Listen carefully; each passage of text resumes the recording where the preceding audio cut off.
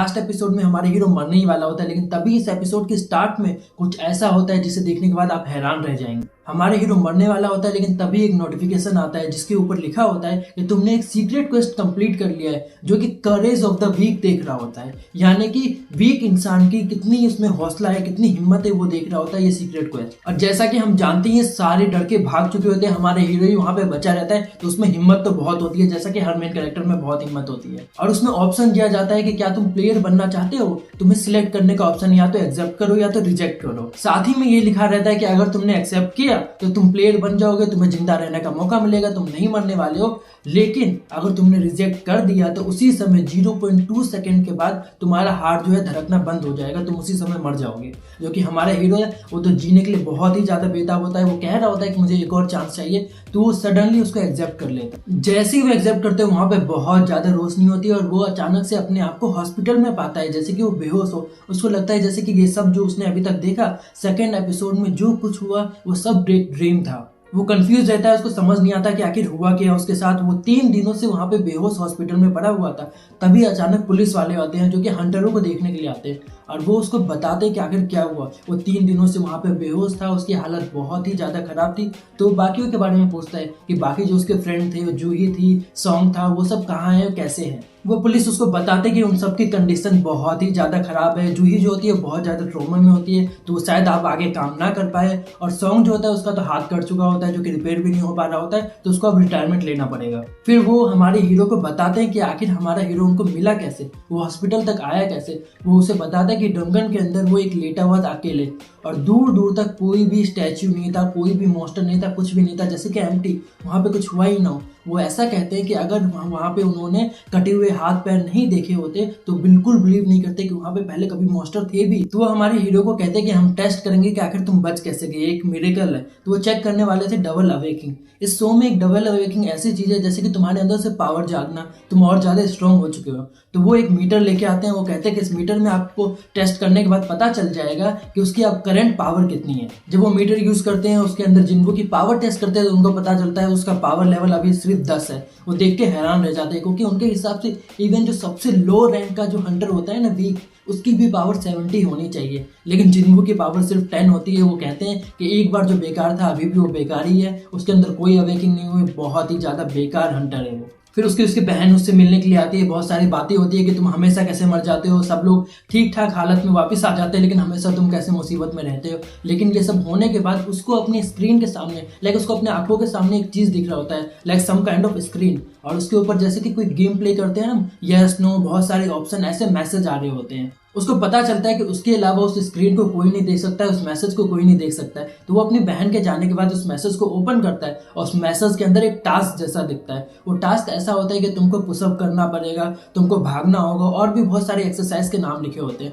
और वो कहता है ऐसी हालत में जो कि मैं हॉस्पिटल में पड़ा हुआ हूँ, भले मैं क्यों एक्सरसाइज करूंगा, कोई भी भला क्यों एक्सरसाइज करेगा ऐसी हालत में। लेकिन उसके साथ ये भी लिखा होता है कि अगर तुम एक्सरसाइज नहीं करते हो, अगर तुम ये टास्क कंप्लीट नहीं करते हो, तो तुमको पनिशमेंट मिलेगा। उसको समझ नहीं आता कि आखिर कैसे पनिशमेंट की बात कर रहा है, क्योंकि हमारा हीरो बहुत थका होता है। तो वो फाइनली डिसाइड करता है कि मैं कोई भी टास्क नहीं करने वाला हूँ। वो वेट करने लगता है और अचानक से बहुत नोटिफिकेशन आने लगते हैं अलार्म टाइप के कि तुमको ये करना होगा, वार्निंग वार्निंग, टाइम्स अप होने वाला है, टाइम्स अप होने वाला है, तुमको पनिशमेंट मिलेगी अगर तुम ये कंप्लीट नहीं करते हो तो। और अचानक टाइम खत्म हो जाता है और वो अचानक से एक रेगिस्तान जैसे इलाके में पहुंच जाता है, जैसा कि आप स्क्रीन पे देख सकते होगे। और उसको पता चलता है कि अब उसका पनिशमेंट शुरू हो चुका है। वहां पे एक टाइमर आ जाता है कि अब अगले 5 घंटे के लिए तुमको यहाँ पे सरवाइव करना होगा। और वहाँ पे बहुत सारे मॉन्स्टर होते हैं, उनसे फाइट करके उसको 5 घंटे के अंदर सरवाइव करना होगा, तभी वो पनिशमेंट खत्म होगी, वो बैक टू अपने हॉस्पिटल में नॉर्मल जगह पे पहुंच जाएगा।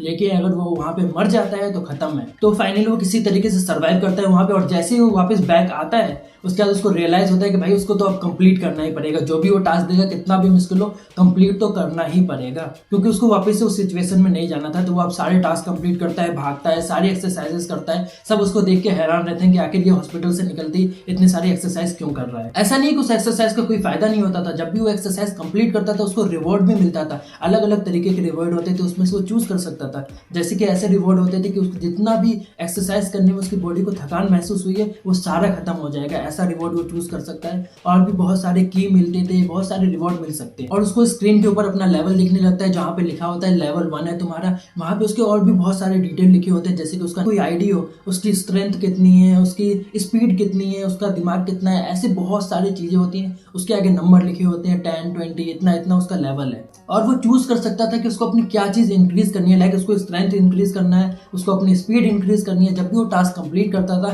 तब उसको 3 स्टेटस पॉइंट मिलते थे, जिसको यूज करके वो अपनी कुछ एबिलिटी को इंक्रीज कर सकता था। तो जैसा कि मैंने आपको बताया था, उसको एक की मिलता है, उस की का इस्तेमाल करके वो जैसे ही उस की को यूज करता है तो एक डंगन जैसा आर्टिफिशियल डंगन बन जाता है, जिसके अंदर से वो पोर्टल से दूसरी दुनिया में जा सकता है। वो चाहे आप कह सकते हैं ट्रेनिंग ग्राउंड हो, या उसके अंदर जाके आप ट्रेनिंग कर सकते हो, ऐसा कह सकते हैं, या उसके लिए एक और क्वेस्ट कह सकते हैं। उसे वो यूज करता है, उसके अंदर जाता है, जैसे ही अंदर जाता है बाहर जाने का रास्ता बंद हो जाता है। अब उसके अंदर उसको फाइट करना है, उसके अंदर मॉन्स्टर आने लगते हैं, वुल्फ टाइप के मॉन्स्टर, जिसको मार के वो और भी ज्यादा पॉइंट्स, रिवॉर्ड्स और बहुत सारी चीजें ले सकता है। वहां पे जब फाइट करने लगता है तो उसको फील होता है कि उसकी बॉडी में तो चेंजेस आ चुके हैं। उसको अपने आप को कुछ लाइट सा फील होने लगता है, जैसे कि उसकी बॉडी बहुत हल्की है, वो अपने आप को स्ट्रॉन्ग भी महसूस कर रहा होता है। लेकिन उसको लगता है कि अब भी इनफ नहीं है, वो मॉन्स्टर को अभी भी वुल्फ को नहीं मार सकता है, लेकिन उसको एक वेपन की जरूरत होती है, लेकिन उसके पास कोई भी वेपन नहीं होता है। तभी वो इन्वेंट्री में देखता है, क्योंकि जो उसके ऊपर ग्राफ आता है स्क्रीन जैसा, उसमें एक इन्वेंट्री भी होती है जिसके अंदर से वो एक वेपन निकालता है। तो उनसे लगातार फाइट करने लगता है, फाइट करते करते उसका लेवल भी इंक्रीज होने लगता है। अब उसके पास इन्वेंट्री भी होती है,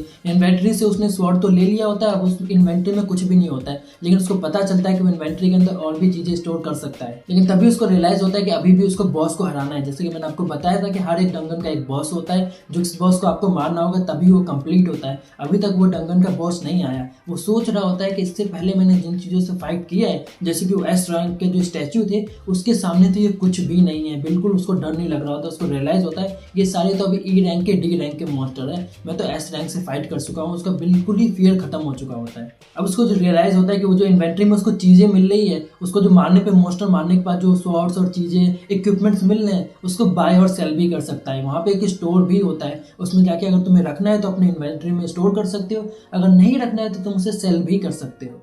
उसको रियलाइज होता है कि अभी उसके लिए अनलॉक नहीं हुआ है, वो अभी बाय सेल नहीं कर सकता है, तो वो अपने इन्वेंट्री में स्टोर कर लेता है और एक के बाद एक वुल्फ को मारता ही जाता है। जैसे ही वो वुल्फ को मार रहा होता है, लेवल अप का नोटिफिकेशन आ रहा होता है, वो नॉन स्टॉप वुल्फ को मारता ही जा रहा होता है और लेवल अप के नोटिफिकेशन आ रहे होते हैं, एक के बाद एक उसका लेवल अप होता ही जाता है, लेकिन वो रुकता नहीं है। इसमें आप देख सकते हो इतना कूल सीन होता है, वो बहुत ही ज्यादा कूल लग रहा होता है। सो ये एपिसोड इतना कूल था, इस एपिसोड को देख के बहुत ही ज्यादा मजा आया। अगर आपको सोलो लेवलिंग को समझना है तो ये एपिसोड बहुत ही ज्यादा इंपॉर्टेंट है आपके लिए, क्योंकि सारी चीजें एक्सप्लेन की जाती है कि कैसे ये काम करता है। इस शो का नाम सोलो लेवलिंग क्यों है, लेवल अप क्या है, कैसे चीजें काम करती है, सारी चीजें इस एपिसोड में एक्सप्लेन किया जाता है। तो बहुत ही ज्यादा इंपॉर्टेंट एपिसोड है, मुझे तो बहुत ही ज्यादा मजा आया। लेकिन आपको भी अगर ये एक्सप्लेनेशन अच्छा लगा हो तो मुझे बता सकते हैं कमेंट सेक्शन में, और आप ये भी बता सकते हैं कि ये एपिसोड आपको कितना अच्छा लगा और आगे के एपिसोड का आप कितना इंतजार कर रहे हैं। If you made this for, like and subscribe. Also आप मेरे को सोशल मीडिया पे फॉलो कर सकते हैं, सारे लिंक आपको डिस्क्रिप्शन के अंदर मिल जाएंगे। Thanks for watching.